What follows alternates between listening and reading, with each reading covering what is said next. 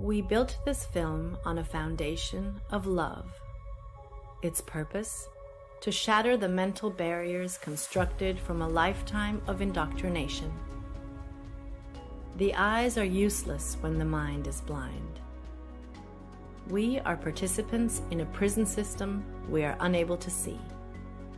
Once the veil is lifted, there is no turning back. Many of us rarely realize we are the victims of indoctrination. We follow the pre-planned layout of life, living in a state of confusion, controlled by a small group of individuals who possess great wealth, estate, and control. They monetarily benefit by keeping us blind to the true nature of the shape of the earth. Most are too busy to question what they are told or investigate the scientific theory about the physical world and its shape, wrongly taught in schools as fact. Inquiries made on a controlled platform such as YouTube or Facebook are quickly rerouted to videos and content that hold no merit. Misconceptions occur either intentionally or due to lack of research, by mixing heliocentric and geocentric cosmology together, causing incoherence that pushes the viewer away from learning. Why would a lie like this exist? What purpose does this level of deception seek to gain? The hard, solid truth is that all the known space agencies and related industries have made untold amounts of money for many, many years, providing nothing but CGI, fisheye lens curvature, and Hollywood-style productions as proof. The following evidence should speak for itself through the testimonies of these professionals, pilots, and witnesses. To find yourself, think for yourself. The most courageous act is to think for yourself. Our greatest wish is for minds opened, questions answered, and the reign of freedom through truth revealed.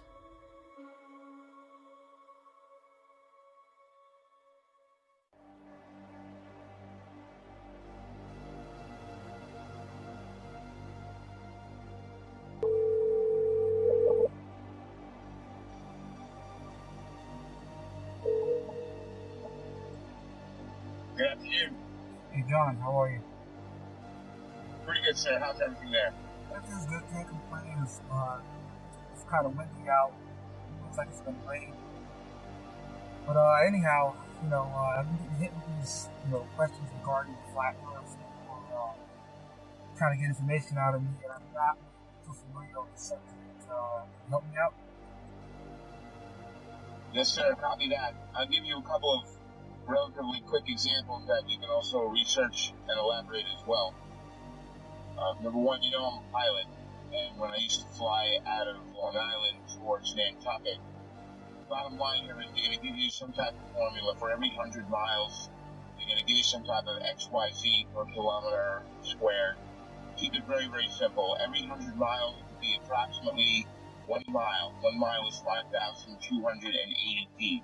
The actual number is 6666, which is of Luciferian origin, which really reveals who's behind all the conspiracy and cover-ups, for everything.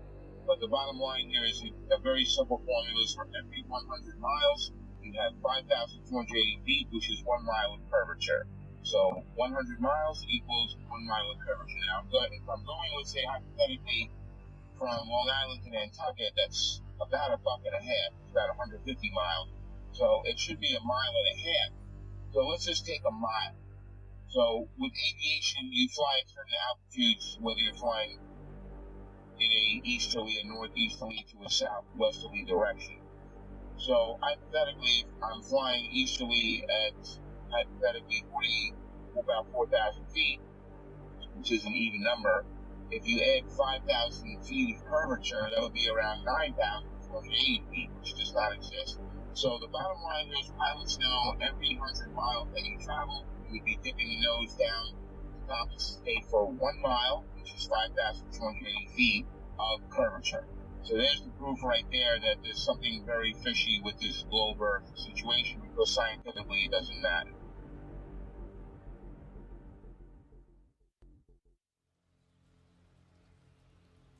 My name is Joshua Silva. I am a licensed commercial pilot and flight instructor. I have had a lifelong love of aviation and aerospace, and when growing up I even fancied myself an amateur astronomer. I would drag my family and friends, anybody I could, to every air show I could possibly find in Northern California. I was the only kid you knew, or anybody knew, that knew the various components on aircraft, spacecraft by heart. I absolutely loved anything to do with flying or space. But my love of aviation and aerospace never stopped. I continued studying, had an entire library full of aviation books of various military and civilian aircraft, military history, every aviation campaign and theater in almost any war. I studied religiously, and it was just out of pure passion. Later in life, many years later, I decided to become a pilot. As strange as it may sound, it hadn't occurred to me to become a pilot up to that point. I just simply loved aviation and aerospace, but I decided to become a pilot, and I began attending a prestigious flight academy in the Midwest and attending university at the same time, and to gain a degree in aeronautics and aerospace. Shortly thereafter, I began flying twin turboprop aircraft out of Northern California for several nonprofit organizations, and years after that I found myself flight instructing for various small flight schools, both in California and in Arizona, and then on to large academies that trained for the airlines and even some military flights. Shortly thereafter, I began flying regional business jets, and that's when the story of me finding the topic of flat Earth started.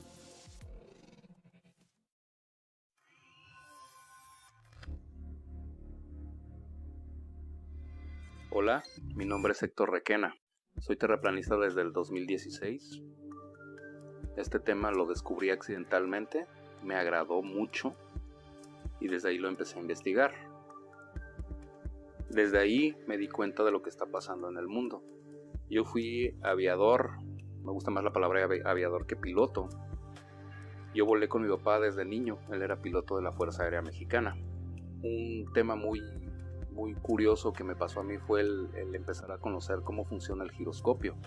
El giroscopio está diseñado para volar sobre un plano, sobre un terreno plano y una tierra que no se mueve.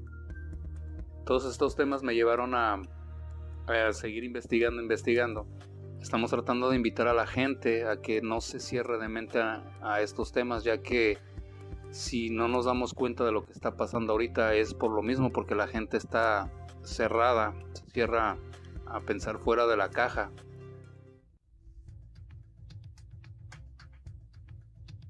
Been a military brat all my life.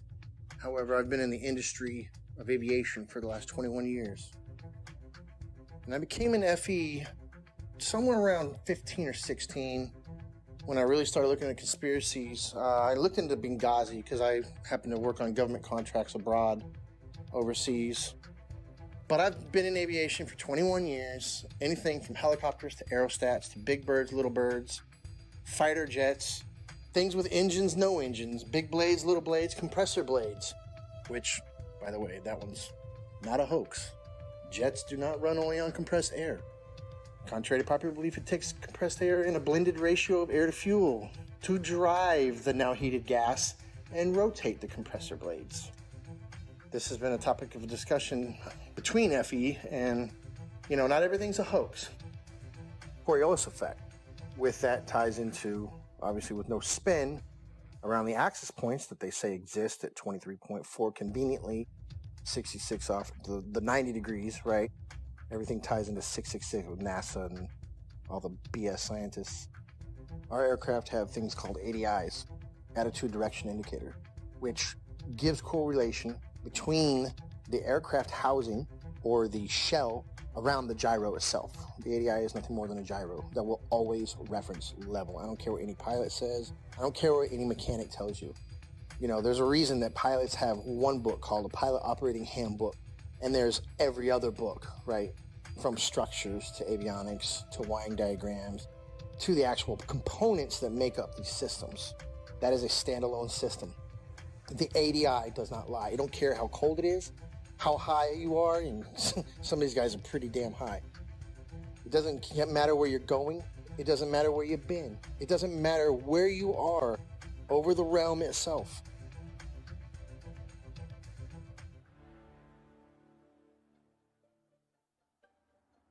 I woke up to the truth of the flat earth, shape of the earth, as an engineer and a pilot. So I've studied engineering, physics, 3 different ways: basic physics, electric physics, and construction physics. And also as a pilot, as a rotary wing pilot, that is helicopter pilot, I studied aeronautical physics as well. So I can cover and discuss just about any factor of flat earth. Not that I'm any smarter than anybody else, but I've studied quite a bit of factors that analyze shape and motion of just about any object. That's physics, also aeronautical physics, and principles of flight. I can tell you this: airplanes fly straight and level. That's even an aviation term, straight and level. Airplanes will fly for hours at the same altitude, never dipping their nose down to follow the curve of the earth. An aircraft on a 12-hour or even 18-hour flight from Portland, Oregon to Seoul, Korea, that would have that aircraft starting at one point and then flying so far around the earth that it's flying downwards with its nose vertically downwards, and then starting to go around the curve of the earth so that the airplane is now flying upside down. Would have to make that kind of a flight path on a globe, which is, it's such an absurdity. So that being said, I come into the true shape of the earth, the flat earth, as a skeptic, like most anyone else. I'll tell you my story. My buddy told me about this. He said, Rob, you need to learn about the ice ring. You need to learn that the earth doesn't move. This globe is garbage. And I laughed at him. I said, are you kidding me? I'm not even gonna look into that. And he said, that's fine. He said, that's fine. You don't have to look into flat earth. But until you do, he said, until you do look into flat earth, you will remain a slave of the matrix. And interestingly enough, at this point, this was more or less November, December 2015. I had already mentally resigned from the U.S. military for 3 years. I had already resigned because of Benghazi. I realized, and I saw for myself, I'd been working with U.S. as an Army officer, working for State Department for a good 10 years. And so what I did, I turned my physics awareness, I turned my studies into analysis of the shape of the earth.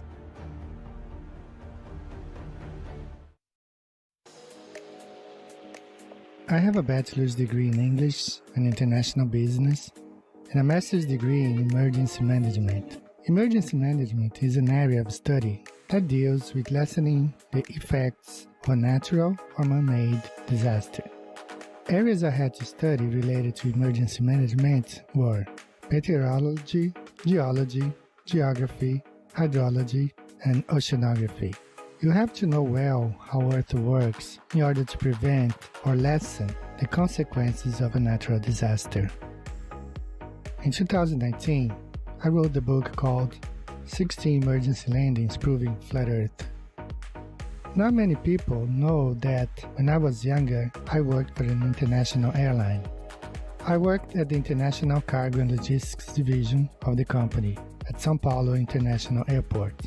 I had to know all international routes in order to provide our clients the precise information about import and exports, as well as the logistics of transporting cargo internationally.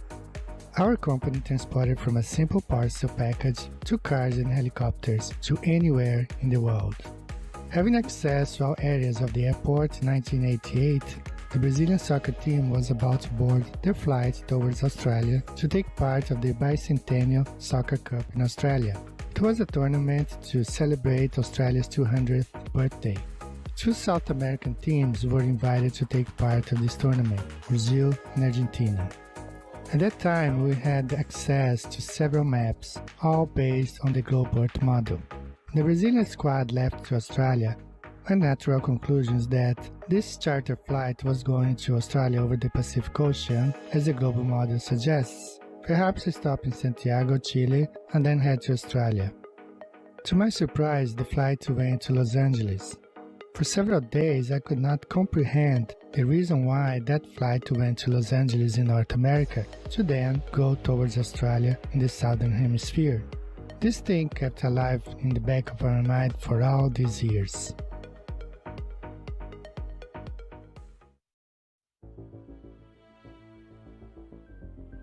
I'm a merchant marine. I've been sailing 15 years. I graduated from the Paul Hall Maritime Center out of Piney Point, Maryland. I primarily sail on container ships, tankers, drill ships, military cargo vessels, you name it, I can sail on it. I sail in the capacity of bosun. My whole title is AB Unlimited. That primarily sail deep sea and coastal, meaning up and down the coast, west coast, east coast, and deep sea is out deep sea across to other continents. What led me to the flat earth was actually my sister. We've always been into the conspiracies and the 9/11 and Sandy Hook and all that stuff. And one day she said, hey, you want to see a conspiracy? You should look into the flat earth.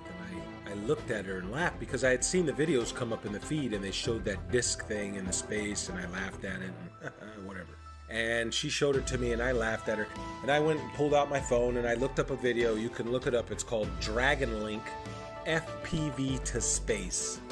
And what you'll see is basically an RC airplane that's been taken up about 80,000 feet, and they release it, and then the airplane comes down with power. And it has the Dragon Link system, which is capable of making control and video. Anyways, but they had a GoPro, so you see this curved globe. And you know, that set it for me. When I saw that, I was like, oh wow, look at that. So I brought that down to her, put it right in her face and said, look at that. And looking back, I remember her smile on it was like, you know, okay, she wasn't going to argue with me. And she said, okay. Later on, I don't know, a couple days later, whenever I seen it in there, and I said, all right, I had nothing to watch. I hit it on the YouTube, and I knew within 10 minutes of it. I forget which one it was. I think it was probably one of the documentaries, but it was almost like I instantly knew. And then what happened was a lot of the proofs that I had were before I was a flat earther, such as seeing contacts at 30 miles out with the naked eye on the horizon, which is impossible on the globe model. So much so, it was me, the third officer, and the lookout. We were standing our watch, and I believe we were in the Mediterranean Sea. Look out, look and watch. I say, okay, we got a contact out there. We look, and we try and get it on the radar. We get it at 30 miles out. When the chief mate came up, we had told him, hey mate, we got a contact earlier 30 miles out. He said, bull crap, I don't believe you. And we all looked at each other and shook our heads and said, yeah, they got it. He stormed off the bridge, ran down, came back up. He had the Bowditch, which is a thick green book that's everything you ever need to know about being on the ocean, sailing, navigation, everything. And he comes up and he says, the math doesn't lie. And he slams down this piece of paper. And he says, our bridge height is at 100 feet versus how far? 30 miles. It should have been behind like 600 foot of curve. I remember 600 something foot. And he had all the mathematical, of course I didn't know, okay, that's good. All right, he must know what he's talking about. But we're looking like, well, I don't know. We got it on the radar. Then the radar must not know what it's doing.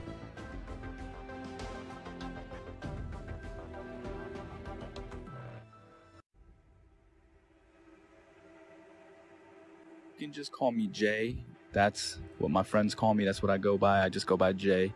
My work experience, I joined the Navy when I was 17 years old. I had a secret security clearance. There's different levels of security clearance. There's a lower level, then there's a secret, which is what I had, which is like a mid-level, and then there's a top secret. I did not have a top secret clearance, so there's a lot that I don't know. But I did have a secret clearance.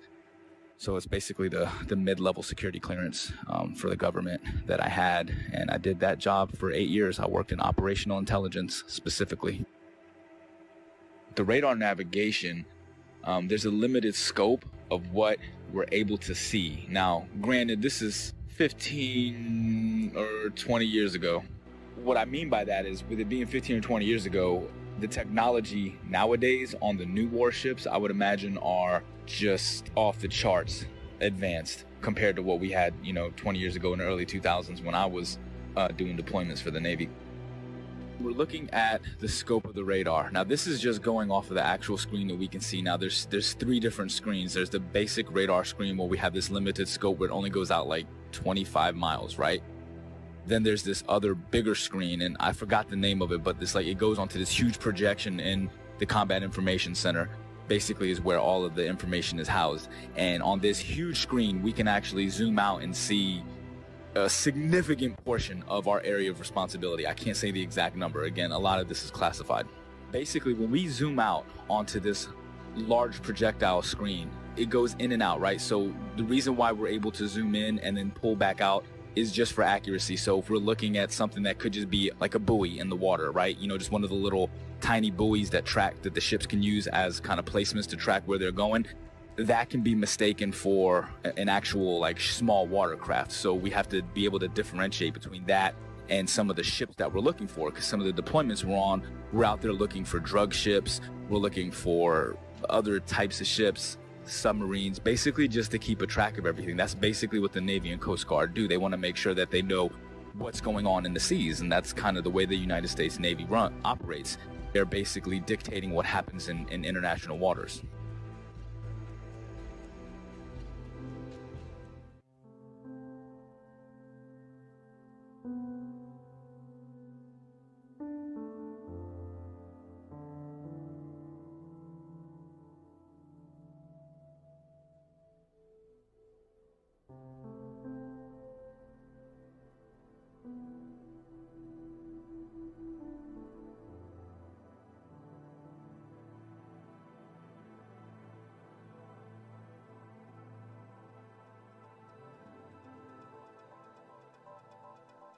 I will be providing my in-depth experience of U.S. Navy submarines and how they prove we do not live on a globe Earth.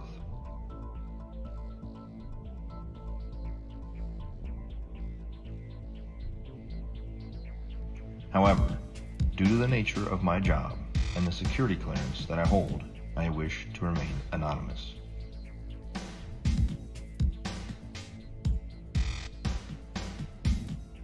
I've worked for the U.S. Department of the Navy as a submarine quality assurance specialist for the last 5 years.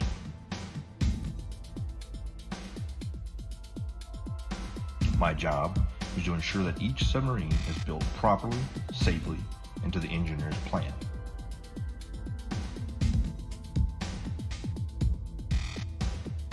I have an intimate knowledge of every aspect of each submarine being built in the shipyard I work in.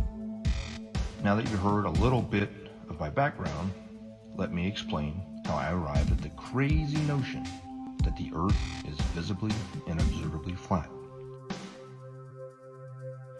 I have always questioned the reality around me since I was little. I never followed anything mainstream, and I was never interested in what the news had to say. As I got older, I started looking into more and more things out of my own curiosity. 9/11, school shootings. I eventually started researching the moon landing because it just never sat well with me. And it didn't take long for me to completely unravel that for the hoax that it is.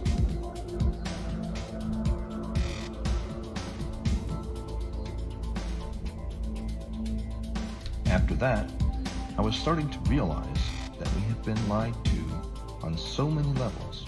What else could there possibly be? Then I saw a video about the flat Earth pop up on my YouTube recommendations.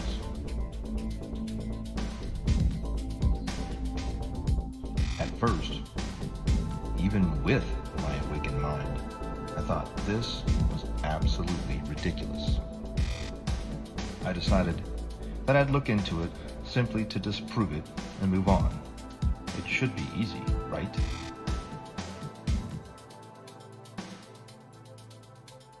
That was over 6 years ago, and I still can't disprove the flat Earth. In fact, the more I research it, the more it reveals. This leads me into my submarine experience. looking back on everything I had accomplished while on active duty with eyes to see, has only served to solidify my stance that we live on a flat and motionless plane.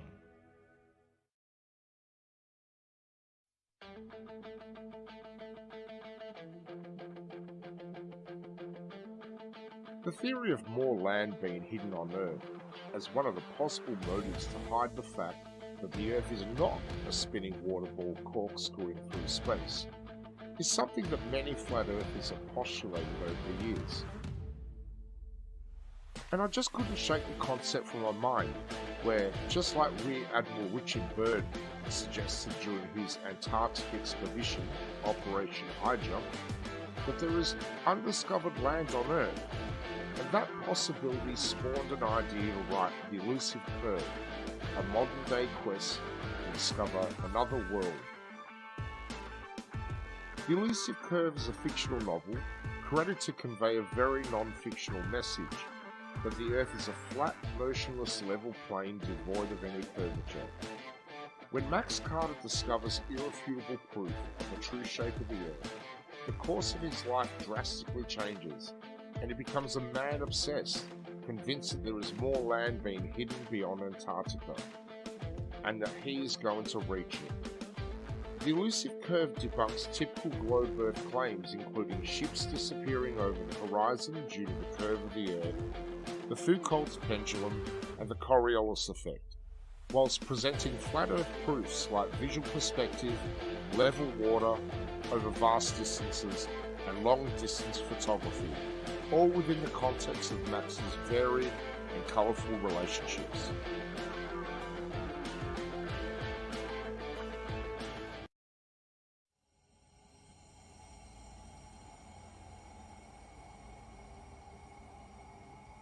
Also, there's a semi-classified naval communications device. When ships are communicating ship to ship on the ocean, U.S. Navy, semi-classified laser communication NAVCOM device, which also does data as well. So if they're communicating with ships 70 miles, 100 miles or more, like I said, every 100 miles is a mile of curvature. So it wouldn't work because lasers operate line of sight. They operate in a straight line. There's no curvature to the laser. So the bottom line here is the naval NAVCOM classified, semi-classified system that they use to communicate ship to ship, that operates on a laser, and if there was curvature, anything over, like I said, 100 miles is 5,280 feet of curvature, and the ship's diameter is nowhere near that, which you know. So there's another example, the naval NAVCOM communication device. Also, there's a woman, female KLH pilot, KLH Dutch Commercial Airlines. She got fired from her job a while back for questioning this issue.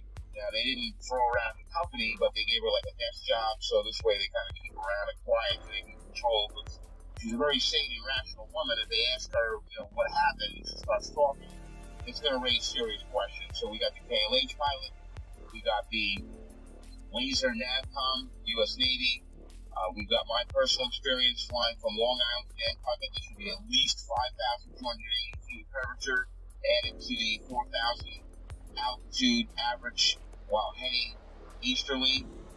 So there's something very wrong there. The numbers don't work.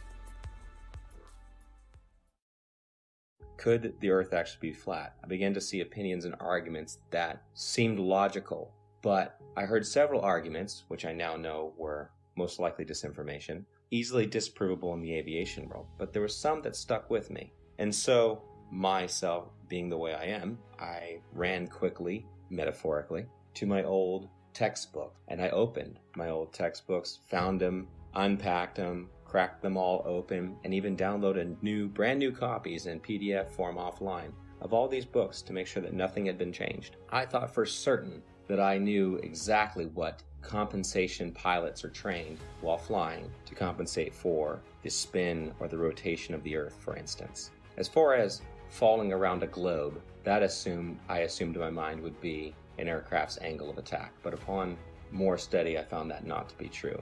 The angle of attack being the angle between the aircraft's flight path and the relative wind. which is something that pilots are very familiar with, and it's the idea that an aircraft has to be slightly pitched up, essentially to stay airborne, or a surface of that aircraft has to be pitched slightly to create a difference in air pressure to hold the aircraft aloft. And that is assumed, or was assumed at that time by myself and other pilots, to be the compensation one would make for falling around a globe while flying, period. But upon further research, I found that this was not the case, and it was not even mentioned anywhere. This compensation was not mentioned anywhere I could find in any resource that I had gone to flight school with.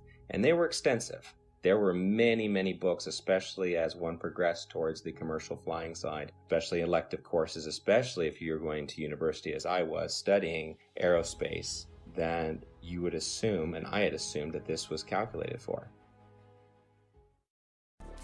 Again, as far as ADIs, in every aircraft, it references the level horizon or references sea level always. There's no way that you can convince somebody of sound mind that if you take off from New York and immediately flip upside down, now your housing or your ADI is referencing upside down to you because you're upside down. It's right side up. It cannot deviate off level.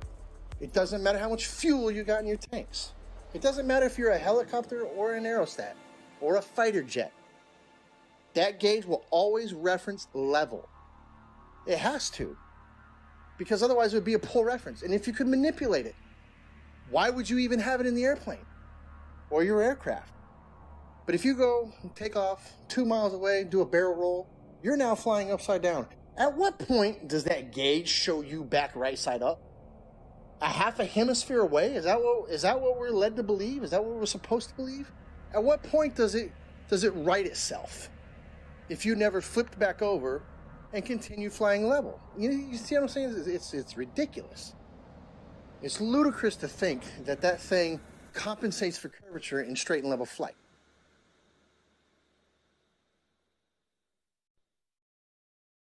The big one that is oftentimes quoted is compensation for Coriolis effect while flying. And this is something I'd even taught my students about, and it's always assumed to be correct. We just assume. We're given the narrative from a young age, and everything is built upon that assumption, upon that theory. And so I thought I had the silver bullet. Coriolis effect. We always calculate for that. Well, as I began to look through the books and to look into the calculations given for Coriolis effect, the narrative began to fall apart even further.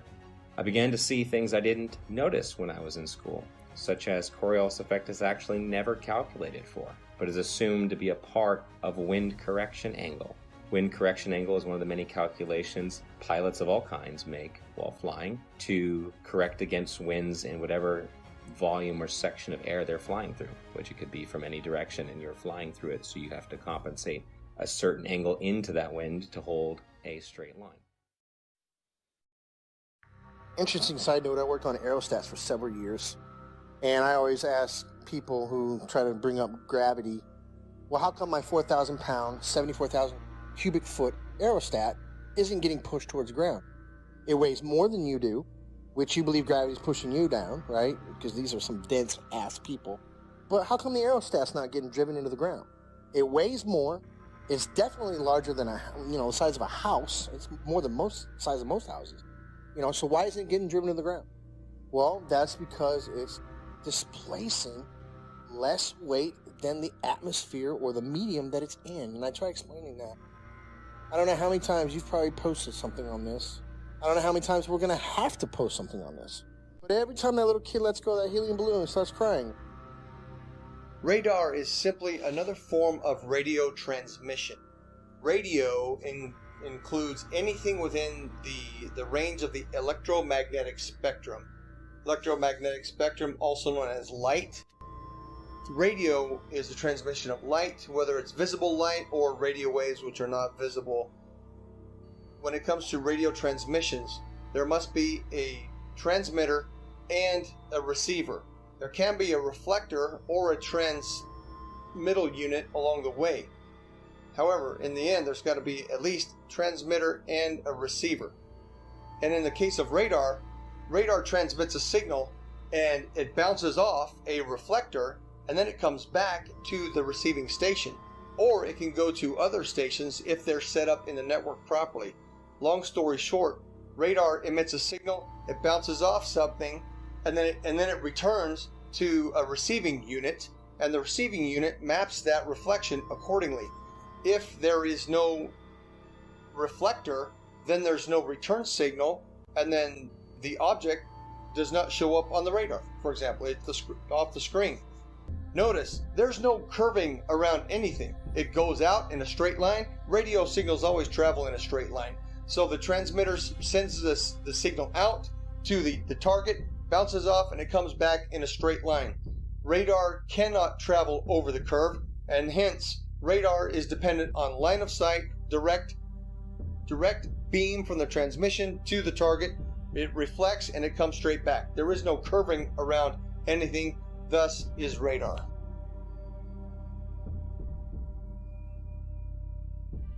Also radar works in straight lines. The radar is incapable of curving around a curve, picking up and bouncing back the reflection of what it's picking up. So if you can imagine a ship on the other side of the curve, we'll say 30 miles, 40 miles out, it sends out the radar beam. The radar beam is supposedly curving around this ball, bouncing back, and then bouncing the reflection, curving back around to be picked up by the radar. That's not happening. It's flying out straight, and when it picks up something, it hits it back. It's not going around any curve. That's plain and simple. That can be looked up on your YouTube and see how radar waves work. They don't go around the curve. Every diagram shown will show you straight lines. They don't show you curved lines. As we zoom out to look at the larger scope of things, once we verify that, we're able to zoom out over a large distance. Now, over this screen, at the time, I was like 18 or 19 years old, all right, when I was doing this job. I wasn't thinking about flat earth and any of this other shit. I was still indoctrinated and under the assumption that the earth is a spinning ball. I never thought about flat earth or anything like that, but I always thought it was weird that as I'm looking at this massive radar screen, I always used to think, how come we're looking at this and I can see, like, we're off of the coast of Argentina, for instance, right? Like, how is it that I can see this far out and it's not like over the horizon or curve, because it's so far? Like I said, we use a lot of these other link signals, and they're called links. They go by different names. I can't say the code names. Some of them I forgot. Some of them are, again, this is classified information. I can't give any specifics on these. But some of the links that we use, not only do we speak to the actual ships and track them, but we speak to aircraft, 10,000, 20,000, 30 and higher, 30,000 feet and higher is what I'm saying. It's not just a matter that they're 30,000 feet directly. It's not like they're directly above the ship. This is what's interesting, is this aircraft could be 50, 60 miles away and 30,000 feet in the air. So you understand, like, the angle that you have to take to be able to track this aircraft from a ship that's moving on the water. Think about that for a second.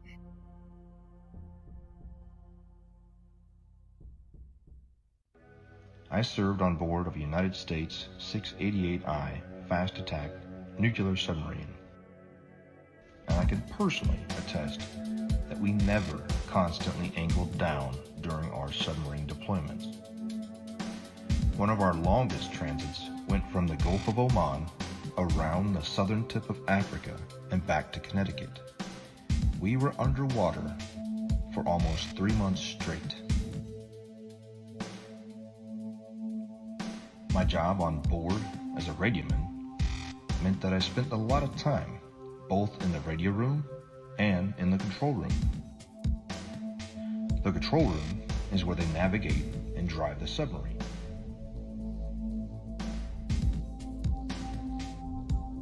I never once, in my 5 years active duty, heard the officer of the deck or the diving officer give the order to consistently change the angle of the submarine to compensate for the curvature of the Earth. The primary task of the diving officer and the helms and plainsman is to maintain the submarine as level as possible while in transit.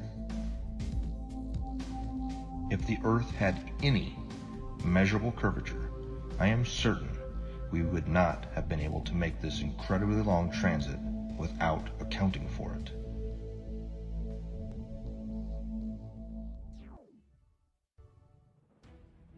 And then the big one is given after that. Well, GPS auto corrects for it. And that sent me down yet another path. GPS auto corrects for it. If it's a satellite-based system, how is it correcting for spin if it's also spinning over the same body? And why are there large gaps in GPS coverage over large oceanic bodies? Do they just turn them off? It's just not worthwhile? There have been enough aviation accidents at sea, very far from shore, that would say otherwise. And if you gave the American taxpayers, the ones funding these satellites that are supposed to track aircraft, the information that, well, we're just shutting them off because it's not worthwhile, those 3 or 4 jets full of hundreds of passengers just have to use other navigation methods such as dead reckoning, which is basically using a stopwatch and guessing to the next checkpoint, essentially. If you were to tell them that, they would be infuriated. So that could not be the case. Coverage was a problem. Even over large and non-densely populated areas, you would lose GPS coverage, even in jets at times. So this began to unravel the thread of satellites and satellite timing, and the fact that many reels of footage show these satellites being launched by balloon rather than by rockets. How the concept of these rockets doesn't even work to make it past the atmosphere, much less leave something in perfect geosynchronous orbit. I actually had the privilege of working a short time at a satellite manufacturing company in Northern California. Got to see the assembly and participate in the assembly of satellites, space-based satellites, or so they were said. There would be small bottles encased in these structures that were encased by another structure. The small bottles were the fuel cells. These fuel cells were incredibly small, smaller than a diver's tank in most cases, much smaller. And this was supposed to be all the fuel that the craft needed to run and operate, as most are not actually electric, they're becoming electric now, and sustain itself in a perfect orbit by just small bursts from its engine or its propulsion system. But truth be told, I've been to many countries, done many things, all things aviation. I can say with absolute certainty, and I can attest, the plane does not dip nose down to follow the curvature of the Earth, ever. Matter of fact, most planes have an airfoil that are 3 degrees nose up in straight and level flight. And the reason that is simple. If the nose of the aircraft was at 0 degrees or level flying through the air, then it would porpoise, right? It would be quite violent because some of the air would go over the nose and some of the air would go under the nose. And it would cause that nose to go up and down, which is literally like a porpoise or a dolphin out of water. And that's exactly what would happen. So the wings are designed, when they are level, the nose is 3 degrees nose up. The fact, proven from multiple points, that there is no Coriolis to the motion of the Earth. And I'm speaking from a pilot's perspective, also an engineer's perspective, because I obtained a degree as an engineer before I went to flight school. So I'm both a pilot and engineer at once. So, number one, there is no rotation of the Earth, proven by the fact that a helicopter pilot can hover the aircraft indefinitely, motionless, above a single point of the Earth. If the Earth were spinning, as soon as that aircraft left the ground, the Earth would spin out from under it. Now, somebody may say that the air of the atmosphere rotates along with the Earth, which is one of the most absurd concepts imaginable, because if that were the case, then all wind would travel with the Earth. There would be no alternating wind currents. When we know that the jet streams fly overhead, clouds move in multiple directions overhead, and a kite flying over the stationary Earth, the fact that a kite flies because of wind passing through, that proves that the Earth does not, that proves that the air does not move in unison with the Earth. Number two, airstrips do not rotate away from a landing aircraft. Anybody who's seen a pilot's view when an aircraft lands, well, the aircraft lands to a motionless airstrip. If the Earth were rotating, the pilot would have to turn to the angle at which the airstrip is rotating away and land at the speed of the airstrip, which is absurd, simply absurd. Airstrips do not rotate away from the aircraft, and on an east to west landing strip, if the aircraft is landing to the west, the airstrips do not land moving towards the airplane. That's insanity. Okay, simply stated. If the Earth was a spinning ball, it is virtually impossible for a ship to be moving at 25 to 30 knots on this curved spinning ball while tracking an aircraft that's probably going 300 miles per hour, 50 to 100 miles away. Really, I mean, these like P-3 aircrafts were pretty far and 20,000 feet in the air. It's just virtually impossible. It doesn't make sense. Again, at the time, I wasn't thinking like this, but looking back on the information that I had, I'm like, yeah, there's no way. There's no way that was done on a curved Earth. Literally, the only way that could work is if we are on a flat, stationary plane. We're cruising along. The boat is cruising along in the water. Like, think about it in terms of like a large, like, you know, like those backyard swimming pools. Picture the swimming pool filled up, right? And then your ship, you put a little boat on the swimming pool, and then, you know, you put like a little fake aircraft in the air. Now, from that ship, you're able to see the aircraft. It doesn't matter where you are in that pool, you can track that aircraft. If you're on a spinning ball curve, how the hell can you track an aircraft that could be in a position that's 100 to 200 miles away from you, 30,000 feet in the air from a different angle that's around a curve? It's impossible. There's no way that you could, there's no radio frequency that could track that. I'd like to point out that I see now that I didn't see before is that you have a magnetic compass and you have a gyro on any ship. And I'm not talking about your little crabberman show fishing boat, what are they, deadliest cat. I'm talking about a real deep sea going, unlimited tonnage boat. It's going to have a gyro. And it is a big, huge box that sits usually behind the bridge or in the chart room. It's a big box and it's basically the gyro compass. Now, if you had two models, I guess, wouldn't you have to have one making the corrections? Because it almost never matches the magnetic almost never matches the gyro. It's very rare that we're steering the same course. And they say it's due to deviation and variation is where you know, like the metals of the ship causes it to differ. And then you have the variation of the magnetic fields over the earth is, I guess they change, you know, true north and magnetic north.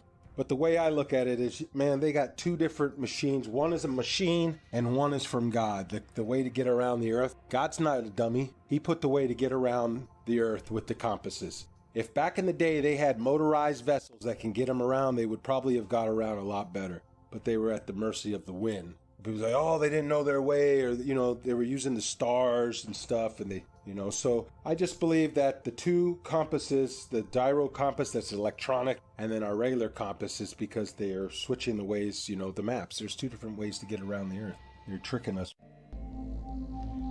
Here is another flat earth proof that I never noticed while I was on active duty, thanks to years of indoctrination. Periscope observations.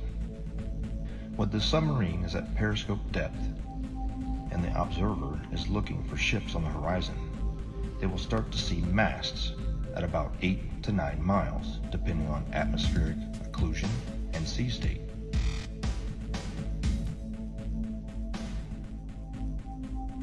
The hull of the ships won't be visible until about 5 miles, depending on atmospheric occlusion and sea state.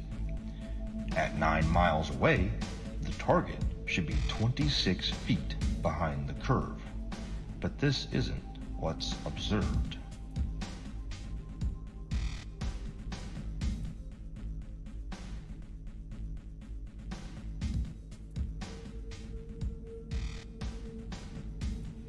My final flat earth point on submarines is with regard to the AN/WSN TAC-7 ring laser gyro that is used on board of U.S. Navy submarines.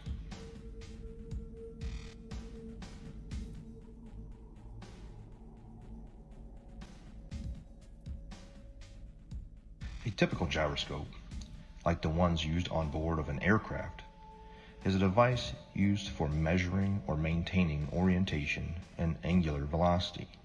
It is either a spinning wheel or disc with a counterweight in which the axis of rotation is free to assume any orientation by itself.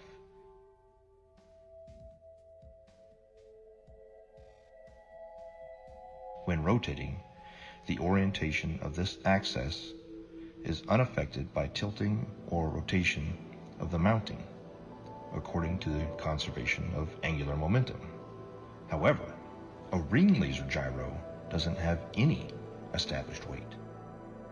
They use light as a point of reference.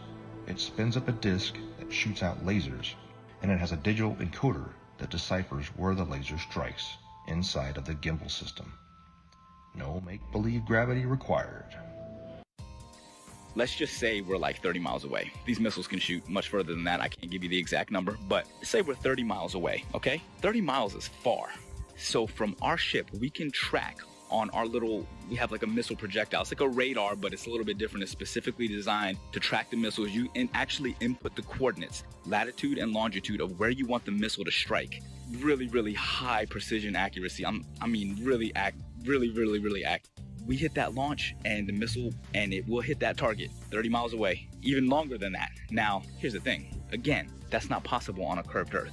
These missiles are huge, 50 caliber project that are carrying massive amounts of explosives in them, okay? Each one of these missiles are probably worth hundreds of thousands of dollars. So whenever you're lining up these missiles to shoot at targets that are 30 plus miles away, if the Earth is spinning. Again, now think about this. We're not sitting like on land holding a gun, all right? So picture this.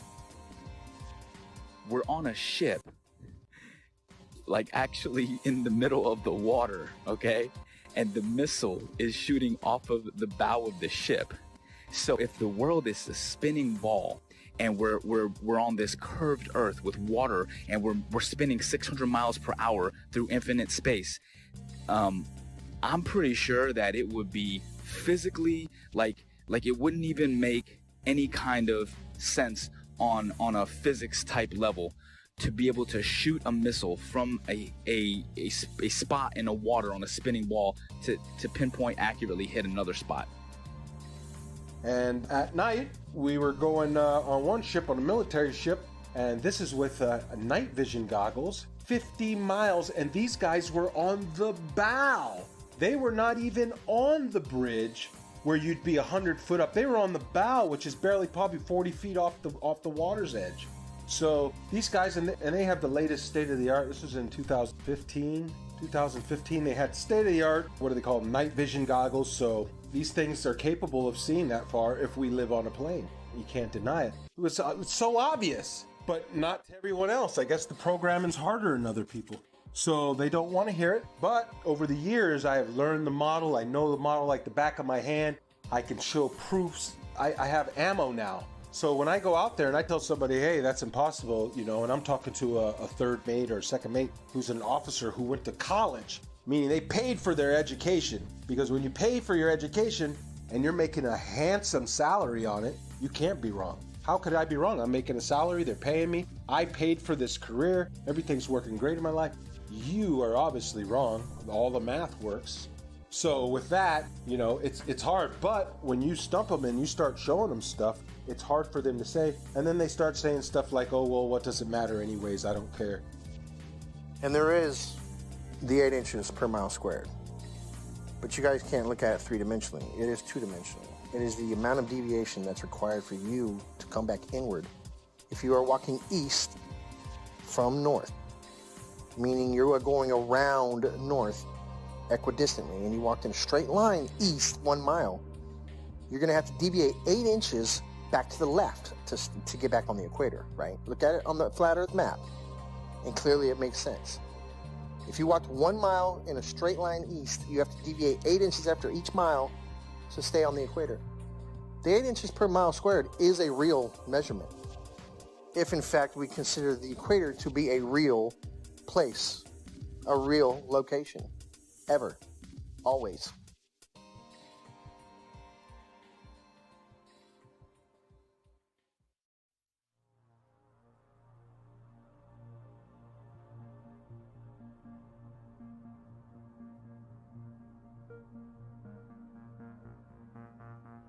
In 2015, I came across YouTube's suggestions for Flat Earth videos. My first reaction was to laugh off. After seeing Flat Earth videos in one of my favorite channels, I decided to watch one. When I came across a Flat Earth map, which I had never seen before, it immediately sparked me to look at that flight route Rio-Los Angeles, Sydney. And I could then understand why the Brazilian soccer team went to Los Angeles and then to Australia for the tournament. The Earth is flat, no doubt about it. The following weeks and days were followed by more research and disbelief. I had been a NASA fanboy my whole life, paying 2 visits to NASA's Johnson Space Center in Huntsville, Alabama, besides spending so much money in science and science fiction related documentaries, movies, merchandise, etc. What a waste of time. I also tell mates about they lay down and we use all our charting is done on flat maps, straight lines. They never draw a curved line. Every line is straight. Straight lines, everywhere we go on a flat map. And I try to point it out to them. And what they tell me is, Mr. Marcator has put all that in there for you. It's all equated in there for you. You don't have to worry about it. All the curvature calculations for it and everything's figured right into the map. So the straight lines and everything are actually bending somehow. I don't know. So these are just the proofs that I see. Along with, you can see the corpuscular rays are much betterly observed out at sea because it's nothing, it's like a desert. And so you can see the sun like a flashlight just shining down in a cone everywhere. If there's a little bit of a clouds are right, it looks like a cone. And I point it out all the time to these guys. And I get them thinking, but the programming goes hard on people. And if you're not ready to wake up, well, you're not ready to wake up. You'll just have 1 foot in, 1 foot out. You'll be back in the illusion before you know it. The narrative began to fall apart. I would continue studying and finding that what I fear to be true is reality. That we have been lied to about just about everything. Upon researching military history and then military training and speaking with military gunners in both the Army and the Marine Corps that I know personally, I would ask them about Coriolis effect. And it was always assumed that we compensate for the Earth being, a curve, that it would drop. We calculate for the Earth curvature. But even upon asking and having them look into their materials further and my own personal study, again, it found to be an assumed truth with no actual basis in reality.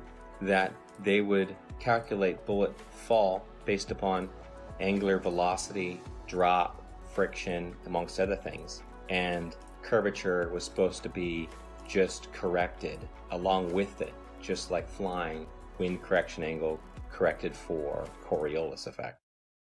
I've done many of them personally. I've flown more than 1,070 hours in both helicopters and airplanes, and I will tell you factually that aircraft meet their checkpoints, they take off, they meet their checkpoints, and they land exactly as planned on a flat stationary map.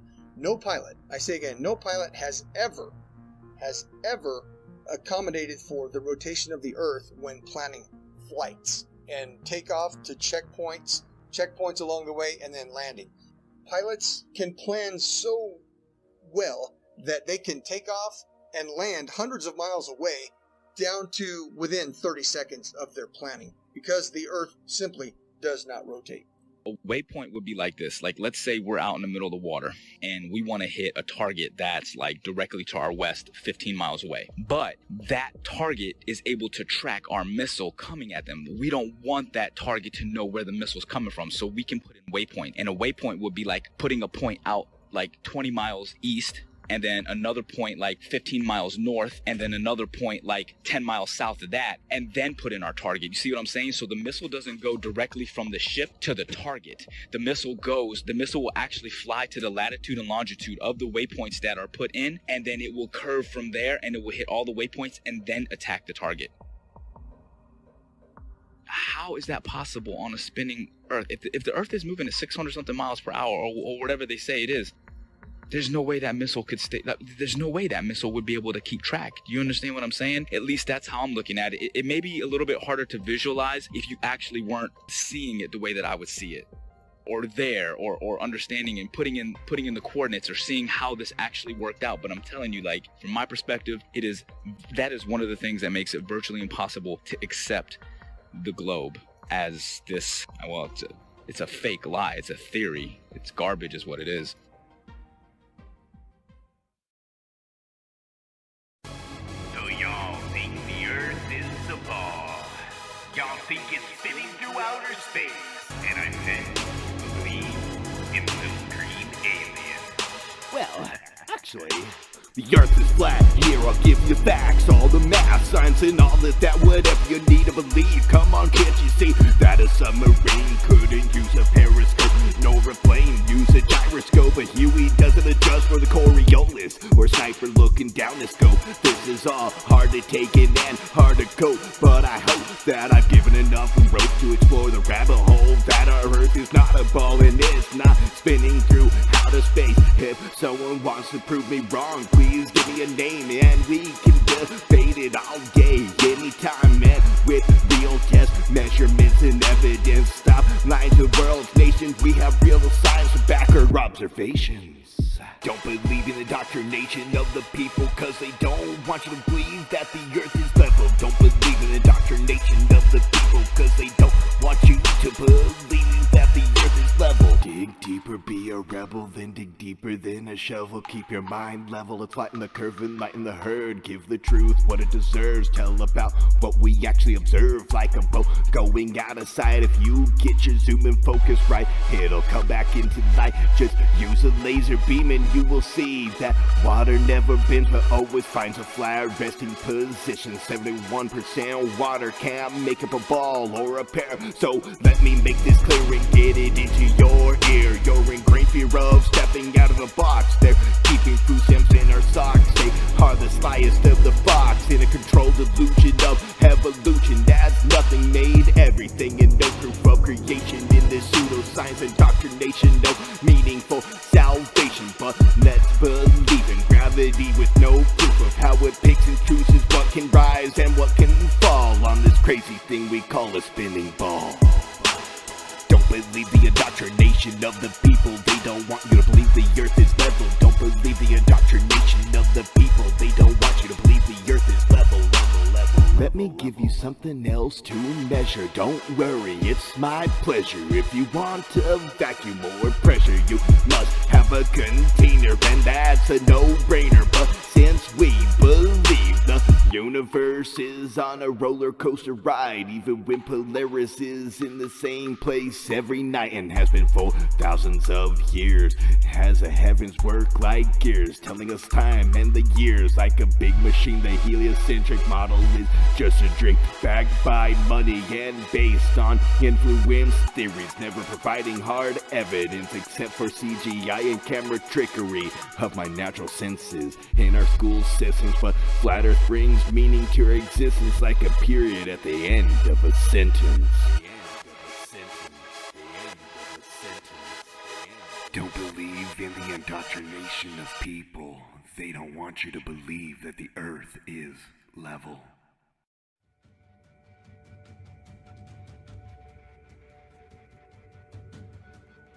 When it comes to a deception this big, it's hard to dismiss.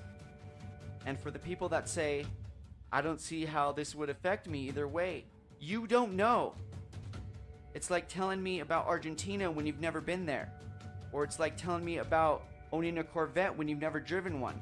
You haven't experienced it.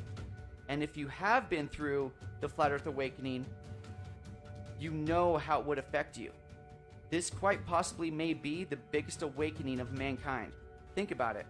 If you believe in this mass fallacy, you've been robbed of some senses and you don't even realize it. You don't trust your sense of touch or feel. You don't trust your sense of sight. You've been told the Earth wobbles, spins, and orbits, but you don't feel a thing. You've been told that sunsets can't exist on a flat and stationary plane, but you don't understand the vanishing point of the law of perspective? After it's possible to understand and decode a mass deception, it becomes a lot easier to understand other lies. It opens your eyes and raises your discernment. So when it comes to lies like JFK, the moon landing, chemtrails, fluoridation, 9/11, etc., this is one of the most important factors of life I've ever been awakened up to. If it's possible to open your mind to this, your receptors will connect so much faster and stronger than you've ever experienced in your life. Understanding the ground you walk on every day and the luminaries that go over your head every day, which I still don't understand all of its entirety, can change your life forever. Knowing you are specifically, intelligently, and uniquely designed so you know mentally, physically, and spiritually your vibration, energy, and frequency of life. So don't act like this doesn't matter. We've been lied to on a mass caliber. We can prove we live on a flat and stationary plane with observable, repeatable, testable experiments with data, hypothesis, and conclusions without depending on blind faith, indoctrinated, religious, theoretical, nihilistic, opinionated philosophies. That's the difference.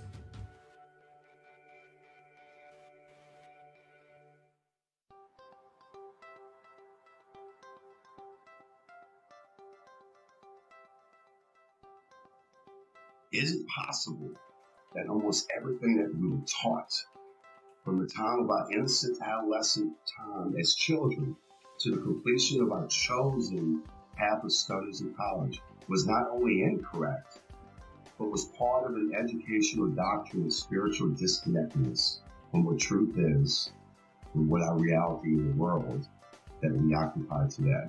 What if I told you that this is but a small capsule in a puzzle that was well planned and engineered by a world control system to propagate a catalog of theoretical studies and sciences that in some cases have never been proven to this very day, nor will it ever be proven, ascertained as fact. Humanity appears to have been hoodwinked into a dumber state of who we are, where did we come from, and are we unique in God's creation concerning a geocentric world, or are we in a heliocentric world based on theoretical studies by a Jesuit astronomer named Nicholas Copernicus? He suggested this in 1543. His works were not released until after he died because he himself didn't believe in the spin ball theory either that is taught still today at the highest levels of education.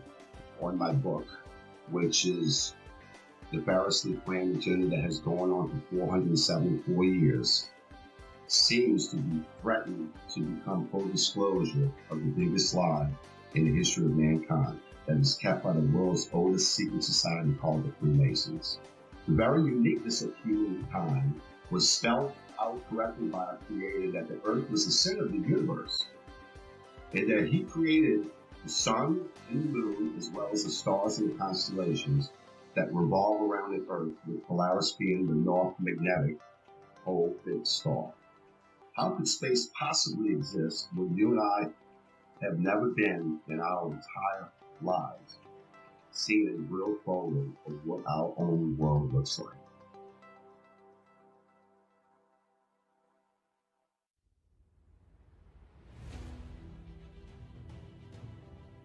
Max must constantly deal with the stigma and ridicule of being the crazy flat earther from friends and family, and bombardment of typical questions like, why would they lie? How could so many people keep such a big secret? And what does the shape of the earth even matter anyway? The elusive curve presents all the main arguments for a flat earth and solid arguments against a spinning ball earth in a fun and realistic story format, recommended for all flat earthers and curious-minded people alike. Join Max on his journey as he attempts to convince his friends that the shape of the earth is not what they know, while he plans for a mission to discover more land on Earth with his ambitious and somewhat crazy plan to acquire a high-altitude pseudo-satellite to prove the shape of the Earth one way or another. The Globers definitely scientifically were looking at flat earthers have some very, very, very valid points according to those three examples. Thank you. You got it, brother. Anything else? No, that about answers my question. Quite a lot to take in. I've taken some notes. Thank you. Thank you again. You're welcome, sir. Any questions? I'll be here for a while. Contact me anytime. All right. God bless. All the best. God bless. Yo invito a la gente a que por lo menos sea un poco más abierta de mente hacia estos temas, porque la verdad es que esto está muy fuerte. Se vienen tiempos muy difíciles ahorita y debemos de estar conscientes de que el sistema nos está manipulando de una manera muy, muy grande. Entonces, pues, vamos a ver qué pasa.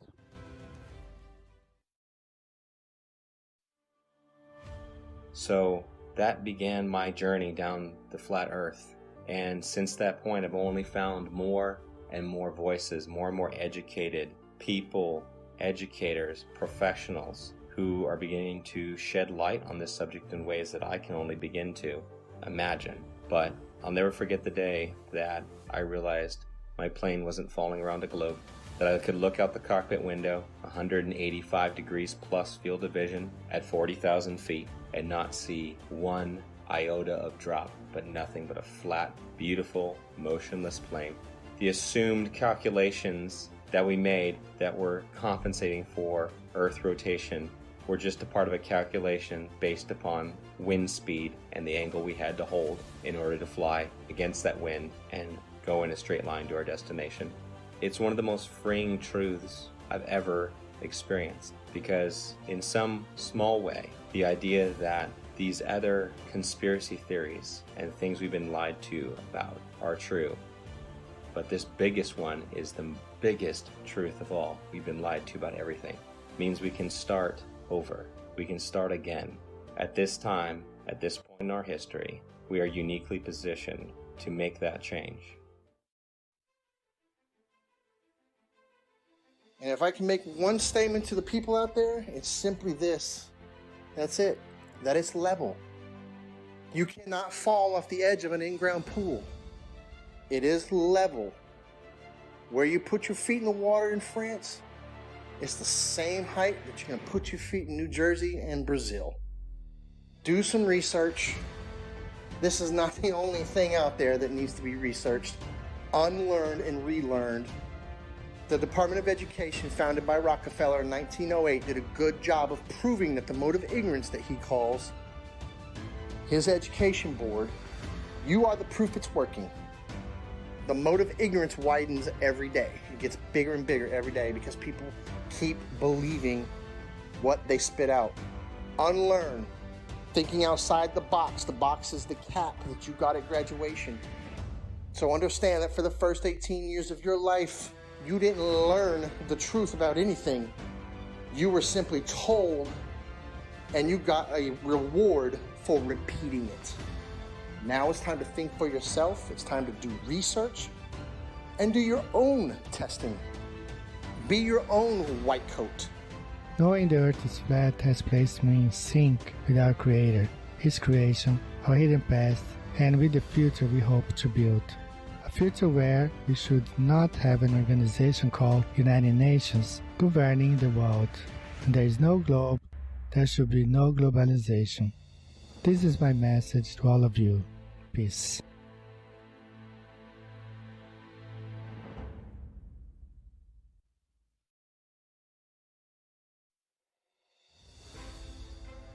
My message to the people is that if you're watching this documentary and it strikes a chord with you, research it, find out more about it. So my message is research it, get all the ammo you can, because if you try and go out and tell your family member or friends or co-workers and you try and tell them this, hey, that, they're going to laugh at you. And if you don't have the ammo to defend it or the right content to show or to start a kindle a fire with somebody's interest, if you don't have that, you're going to get laughed. I made the mistake of when I just knew it. Right when I seen that video, I said, okay, it makes so much sense. I knew it right away.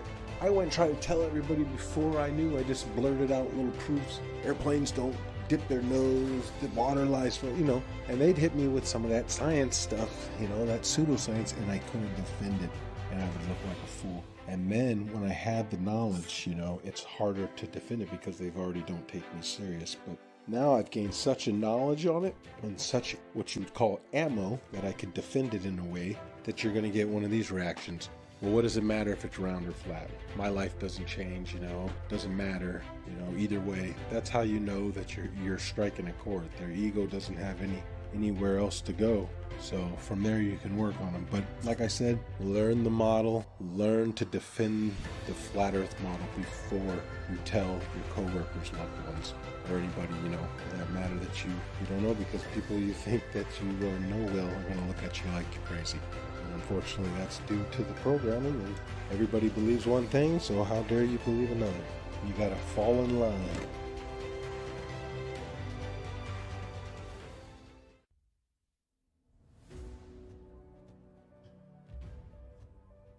So if you're able to actually open up your mind, look at things objectively, allow yourself to break free from the indoctrination bullshit that you were taught, you'll feel more free. You'll see the world differently. You'll love more deeply and compassionately. You'll appreciate life more. That's how I lived my life a couple years ago. Honestly, I can tell you this. I just hope and pray with all my heart that, as the years go on, this is probably not something I'll see in my lifetime. But, as my children grow older and my children's children, as the generations go on, the truth will start to emerge. And it is starting. I mean, it's incredible, that so many people are starting to really awaken. But, 10, 20, 50, 100 years from now, hopefully we can break free of the chains of indoctrination and really see the world for what it is and actually appreciate it and love the world and love each other. And I think if we all understood that there is a creator, people would be less inclined to be so abusive toward each other and the earth. So that's my big message for the people. Just think for yourself. At the end of the day, just be a good person. Don't be so quick to just believe something and stand by that belief just because it was taught to you at a young age. Question it. Make sure it makes sense. In closing, I'd just like to say that these are my own personal experiences. I never ask anyone to simply just believe everything I'm saying. In fact, please don't. That's how we've gotten into this whole mess to begin with, by blindly following others who say they've already done the research for you. You allow deceptions to occur. Please do your own research and test all things.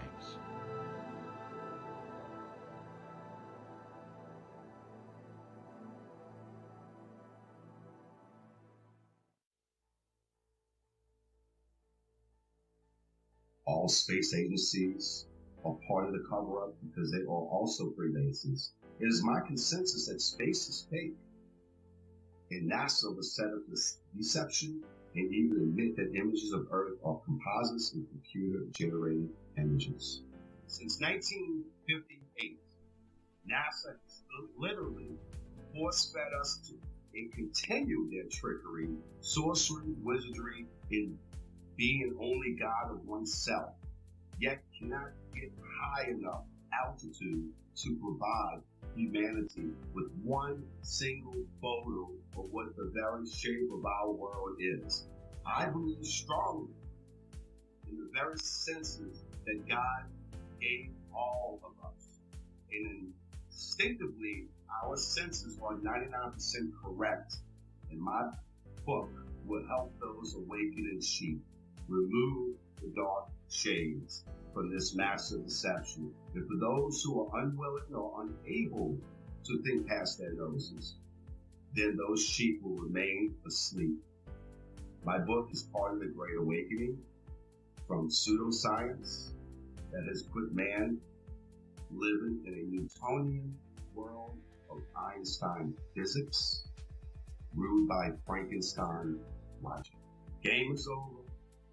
Consciousness shift of stupidity because of poisonous indoctrination to separate your soul and reality from truth and knowledge. But hold tight, folks. A real awakening is happening all over the world.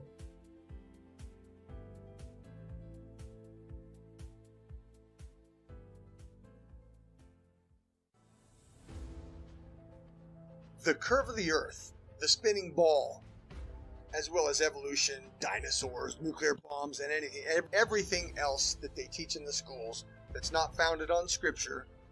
Number one, it's mathematical, geometric, geospatial, geophysical, and in all other respects, The spinning ball Earth is a scientific absurdity, provable by observation and measurement and repeatable science experiments. The spinning ball Earth does not exist. There is no curve to the Earth. There is no Coriolis. There is no such thing as a spinning ball Earth. And at the end, the Bible, which was a textbook, and I say again, a scientific textbook written long before any of the universities we have today, the Bible says the Earth is flat and stationary. So therefore, we can dispense with all of our science school learning that doesn't agree with the Holy Scripture. The Holy Scripture tells us that the Earth is flat and stationary. All of our measurements, and indeed our personal senses, tell us that the Earth is not moving. There is no curve to the Earth. Jesus Christ is the Son of God. The Holy Scripture tells us the nature of the Earth. The Earth is flat and stationary. Pride, ego, and reputation are 3 characteristics I see in every spinning ball believer. Let your pride down, knowing you've been heavily deceived your entire life. Let your ego be washed away, knowing it's possible you've been manipulated on such a scale as this. And stop caring what people think about you. I'm not saying be as external and abrasive as some of us. Just realize that yes, we are human, and we can be programmed to think certain ways, but also know we can be unplugged and become critical thinkers, observers, and researchers without being told what and how to think. From an education system that runs kindergarten curriculum all the way up to Harvard, that was bought over by the Rockefellers a long time ago. This is our time, not theirs. It's time to stand up and start acting instead of relaxing and being told how and what to think. From mainstream outlets that are owned by the Bilderberg Foundation, the Triangular Commissions, and the Council of Foreign Relations. Think for yourself and stop falling victim of popular public opinion that are owned by these anti-God secret societies. In my in particular gifted opinion, the most precious gift God gave us is free will, but it's up to us to choose what's right and what's wrong, what's light and what's dark, what's positive and what's negative, what's yin and yang, what's in motion and stationary, what's flat and what's round, what's good and what's bad. We can't tell you what to do. I can lead you to knowledge, but I can't make you think. It's your choice to take the blue pill and go back to sleep, or to take the red pill and stay awake the rest of your life, knowing you are chosen. Because many are called, but few are chosen. And I promise you, once you go flat, you do not go back.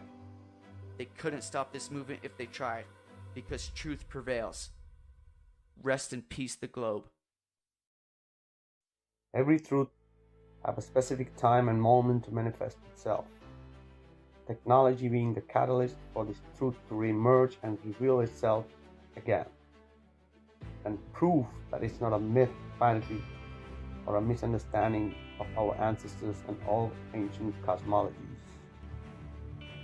The geography of Earth that is flat and also disguised in words like plains, the Great Plains, the lowlands of Europe, the flatlands, the savannas of Africa, the Amazon basin, salt flats, the mud flats, the depressions, the Arctic tundras, the tablelands of Australia, the steppe of Russia, grasslands of Argentina, the ice sheets of Antarctica, the wetlands of Florida, and the levels of England.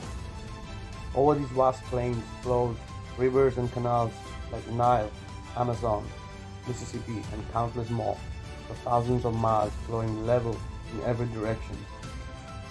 The oceans and seas that occupy 70% of Earth is flat and level water, but science have no way to prove that it curves or sticks to a spinning ball by a magic force called gravity. The majority of the seabeds of the seas and oceans are abyssal plains. As we say, as above, so below.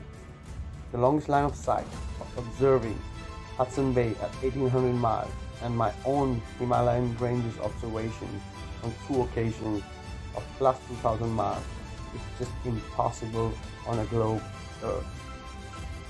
No physicist can debunk the testimony presented here by the first category witnesses, nor the real geography, nor the longest line of sight, nor the countless researches, investigations, and evidences that prove we live on a flat and stationary plane. The one who needs to prove that it's legit or not is the globe.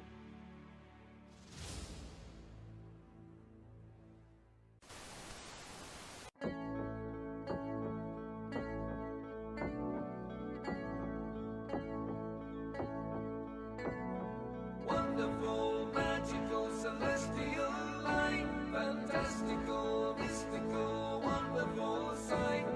Belgian Swiss physicist Auguste Piccard, 1931, first to reach for the stars, was the first to explore the air view stratospherius, a scientist curious to see what was there. An aluminium black ball gondola, helium balloon, hydrogen with photos and instruments, sailed towards the moon, rose in just half an hour, 52,000 feet, 10 miles of depth air pressure, left for dead drops in heat and cold, but disproving gravity. Wonderful, mystical, beautiful sight, flat line separation of black from blue light, a world run by deceivers, false make-believers, hiding in shadows, stealing our light. Mystical, fluorescent light, wonderful, magical, awesome, yes, stealing our light. Wonderful, let there be light, supernatural, eternal, up we go, higher than rainbows, higher than mountains, above cumulonimbus, higher than air, high level horizon, 360 around us, but right round behind us, any height that you dare. The sun and the moon both revolve above around us, to forever short time pass intelligently there. You'll never beat us, you'll never defeat us, no more you deceive us, see through you like air. Kipper and Picard were the first ever known to reach up there. Divine luminescent light, mystical, wonderful, celestial light. So what was their eternal testimony? What did they report back to humanity? Said it seemed like a flat disk far as eyes can see, with an upturned edge fading into infinity. A mystical, ethereal, celestial sight, a divine creation, a clockwork of light, designed hid by deceivers and false make-believers, still cowering in shadows, still fearing our light. Here we go, higher than Everest, higher than airplanes, above zero cumulus, higher than air, a level horizon, 360 around us, no motion beneath us, no spinning, no bells on the firmament, time revolve around us, to forever short time pass geometrically there. You'll never beat us, you'll never defeat us, forever beneath us, we see through you like air. Mystics on a luminous light, fantastical, magical, bright, we see through you like air.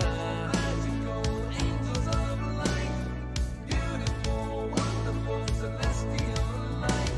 The first to see truth when they reach for the stars, explorers and physicists, Kipper and Picard.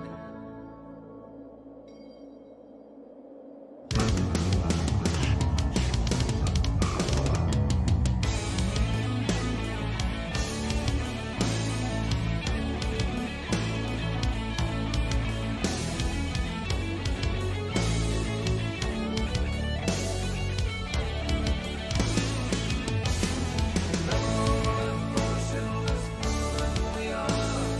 Level and motionless,